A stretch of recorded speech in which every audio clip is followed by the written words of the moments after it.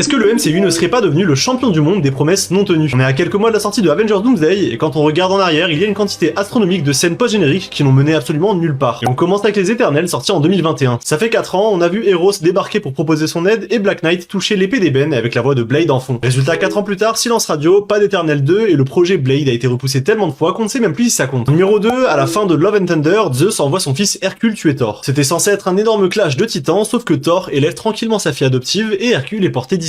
En 3, on a le voyage de Cléa dans Doctor Strange 2. Charlize Theron apparaît et déchire la réalité, parle d'incursion et emmène Strange dans la dimension noire. C'était il y a 3 ans et depuis toujours rien, mais je pense qu'on va avoir une réponse à cette scène dans Doomsday. En numéro 4, on a Shang-Chi. La scène montrait que les anneaux émettaient un signal vers quelque chose ou quelqu'un dans l'espace. Captain Marvel et Bruce Banner étaient sur le coup, on pensait que c'était pour Kang, mais Shang-Chi a disparu des radars et on ne sait toujours pas qui est au bout du fil. En numéro 5, on a le fils de Hulk dans She-Hulk. Hulk revient de Sakaar avec un fils ado, Scar qui a une coupe de cheveux douteuse, et c'est tout. Pas de réunion de famille, pas de World War Hulk, juste un caméo pour le fun. En numéro 6, le Scorpion dans Spider-Man Homecoming. Le champion toute catégorie, ça remonte à 2017. McGargan rencontre le vautour en prison et tease son retour en Scorpion. On a eu 2 films Spider-Man depuis, un multiverse, un effacement de mémoire, et McGargan est toujours en train de pourrir dans sa cellule. Mais on sait qu'on va le revoir dans Spider-Man 4, Brand New Day. En numéro 7, on a Doctor Strange 1. En 2016, Mordo disait, il y a trop de sorciers. On s'attendait à ce qu'il devienne le grand méchant, mais au final, il s'est fait tuer hors champ dans le 2. La plus grande menace magique est devenue une note de bas de page. Alors est-ce que Marvel a les yeux plus gros que le ventre, ou est-ce qu'il garde tout ça pour Secret Wars? J'ai fait une vidéo complète sur le film Iron Man 1 pour le compte à rebours Doomsday, alors va la voir si tu veux la suite, et abonne-toi.